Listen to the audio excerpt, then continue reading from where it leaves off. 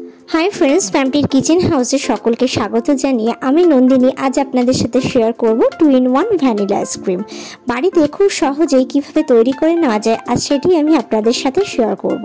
आजकेर এই রেসিপিটি শেষ পর্যন্ত দেখার অনুরোধ রইল। রেসিপিটি যদি ভালো লেগে থাকে আমার চ্যানেলকে সাবস্ক্রাইব করে আমার পাশে থাকার অনুরোধ রইল আপনাদের সকলের কাছে। আর পাশে থাকা বেল আইকনটি অনে সেট করে দেবেন যাতে নতুন কোনো রেসিপি আপডেট করলে তার নোটিফিকেশন সবার আগে আপনাদের কাছে পৌঁছে যায়। তাহলে চলুন দেরি না করে ঝটপট শুরু করে দেওয়া যাক আজকের রেসিপি 2-in-1 ভ্যানিলা আইসক্রিম। এই রেসিপিটি তৈরি করার জন্য আমি প্রথমে 1 কাপ দুধ নিয়ে নিয়েছি। আমি এখানে মেজারমেন্ট কাপের 1 কাপ দুধ নিয়ে নিয়েছি, তার মধ্যে হাফ কাপেরও কম মানে 1/4 কাপ চিনি আমি এখানে নিয়েছি আর নিয়ে নিচ্ছি 2 চামচ আমুল দুধ। এই সমস্ত উপকরণ দিয়ে একভাবে আমি দুধটাকে জাল দিতে থাকবো যতক্ষণ না দুধটা বেশ ভালোভাবে ঘন হয়ে যায়। তবে এই সময় কন্টিনিউয়াসলি কিন্তু স্প্যাচুলার সাহায্যে দুধটাকে নাড়াতেই থাকতে হবে যাতে দুধে কোনো রকম সর না পড়ে। তাই অনবরত নাড়তে নাড়তেই দুধটাকে জাল দিতে হবে যতক্ষণ না দুধটা সম্পূর্ণভাবে ঘন হয়ে যায়। আমুল দুধটাকে স্প্যাচুলার সাহায্যে নাড়াচাড়া করিয়ে দুধের মধ্যে বেশ ভালো করে মিলিয়ে নিয়েছি।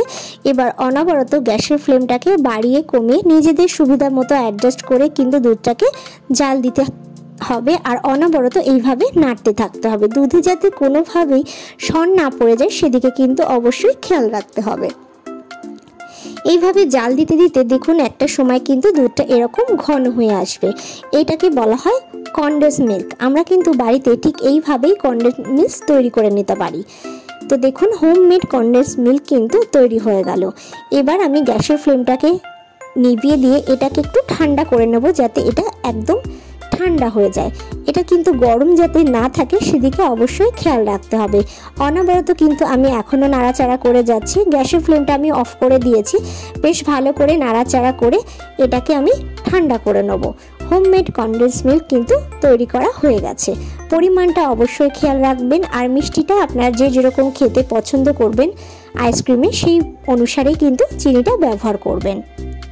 তো আমি এগুলোকে একটা সাইডে একটু সরিয়ে রেখে দিচ্ছি আর এইটাকে একটু ঠান্ডা হতে দেব। তো দেখুন দুধটা কিন্তু বেশ ঘন হয়ে গেছে। ঠিক এরকম ঘনই কিন্তু করে নিতে হবে। এবার আমি আরেকটা পাত্রে এখানে আমি হাফ কাপ হুইপ ক্রিম নিয়ে নিয়েছি। তার আগে আমি যে পাত্রে হুইপ ক্রিমটা নিলাম সেই পাত্রটাকে ফ্রিজে বেশ ভালো করে চিল করে নিয়েছি। আমি ফ্রিজে 1.5 ঘন্টা মতো পাত্রটাকে রেখে দিয়েছিলাম যাতে পাত্রটা বেশ ভালোভাবে ঠান্ডা হয়ে যায়। তারপর হুইপ ক্রিমটাকে আমি এর মধ্যে দিয়ে বিটারের সাহায্যে এইভাবে বিট করে নেব।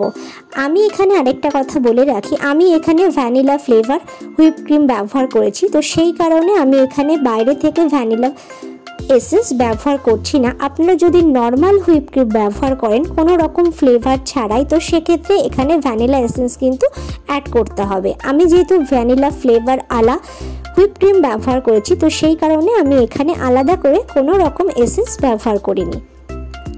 যে কনডেন্স মিল্কটা আমি তৈরি করলাম সেই মিল্কটাকে আমি এবার এই হুইপ ক্রিমের মধ্যে দিয়ে দিচ্ছি। হুইপ ক্রিমটা কিন্তু বেশ ভালোভাবে ফেটিয়ে নিতে হবে যতক্ষণ না এরকম টিপ উঠতে না ওঠে ততক্ষণ কিন্তু হুইপ ক্রিমটাকে ভালো করে ফেটিয়ে নিতে হবে। যারপর যখন টিপ উঠবে মানে হুইপ ক্রিমটা প্রায় হয়ে আসবে ঠিক সেই মুহূর্তে কিন্তু এই কনডেন্স মিল্কটা অ্যাড করে পুনরায় আবারও বিটারের সাহায্যে বিট করে নিতে হবে। এটা প্রায় ফুলে ডাবল হয়ে যাবে।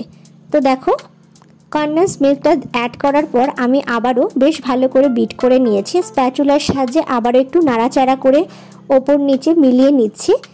মিলিয়ে নিয়ে আমি আবারও এটাকে বিট করে নেব।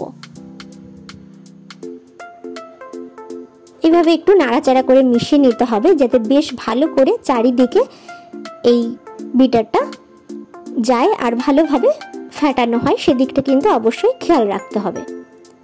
তো দেখো আবারও আমি একটু ফেটিয়ে নিচ্ছি। তো দেখো এটা কিন্তু একদমই রেডি। এবার আমি এর থেকে অল্প পরিমাণে একটু ক্রিম নিয়ে নিচ্ছি। এর সঙ্গে কিন্তু আমি কনডেন্স মিল্ক যেটা তৈরি করলাম সেটা কিন্তু মিলিয়ে নিয়েছি। এবার আমি যেহেতু 2-in-1 আইসক্রিম তৈরি করব, তো সেই কারণে এর মধ্যে একটুখানি পিঙ্ক কালারের কালার অ্যাড করব। অল্প একটু পিঙ্ক কালার এর মধ্যে অ্যাড করে এটাকে নাড়াচাড়া করে মিশিয়ে নেব। খুব হালকা হাতে কিন্তু এটা নাড়াচাড়া করতে হবে, তা না হলে কিন্তু এটা গলে যাবে। তো দেখো এটা কিন্তু একদমই রেডি হয়ে গেছে। এবার আমি এটাকে কম্বাইন করে সাজাবো। তার জন্য আমি এখানে একটা এয়ারটাইট কন্টেনার নিয়ে নিয়েছি। তার মধ্যে প্রথমে আমি হোয়াইট কালারের ক্রিমটা দিয়ে দিলাম। তার উপরে আমি যে কালারটা তৈরি করেছি, ক্রিম কালারের ক্রিমটা যেটা তৈরি করেছি সেটা দিয়ে দেবো। এইভাবে আমি এখানে লেয়ারটা তৈরি করছি। এবার এর উপরে আবারও সাদা অংশটাটুকু দিয়ে দেব। এইভাবে আমি পাতিয়ে দেবো সাদা অংশটাকে। ভালো করে পাতিয়ে নেওয়ার পর একটা স্টিকের সাহায্যে এইভাবে মিলিয়ে দেবো, যাতে ভালোভাবে কালারটা মিক্সড হয়।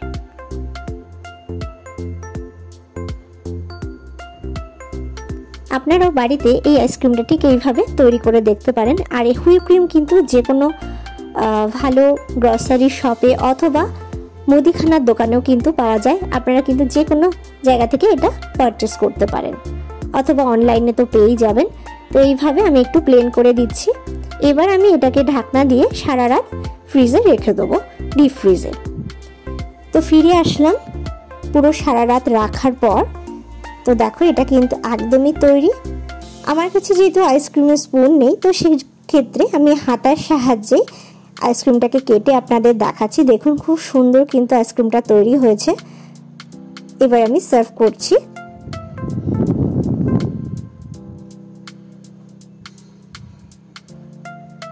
তো দেখুন হোমমেড 2-in-1 ভ্যানিলা আইসক্রিম কিন্তু একদমই রেডি। আজকের রেসিপিটি আপনারা বাড়িতে ঠিক এইভাবে তৈরি করে দেখতে পারেন। আশা করছি আপনাদেরও ভীষণ ভালো লাগবে। রেসিপিটি বাড়িতে তৈরি করে আমাকে কমেন্ট করে জানাতে ভুলবেন না যে আজকের রেসিপিটি আপনাদের কেমন লাগলো। রেসিপিটি যদি ভালো লেগে থাকে লাইক করবেন, শেয়ার করবেন। সকলে ভালো থাকুন, সুস্থ থাকুন এই কামনা নিয়ে এখানেই শেষ করছি। আবারও ফিরে আসবো নতুন কোনো রেসিপির ভিডিও নিয়ে। ভিডিওটি শেষ পর্যন্ত দেখার জন্য অসংখ্য ধন্যবাদ।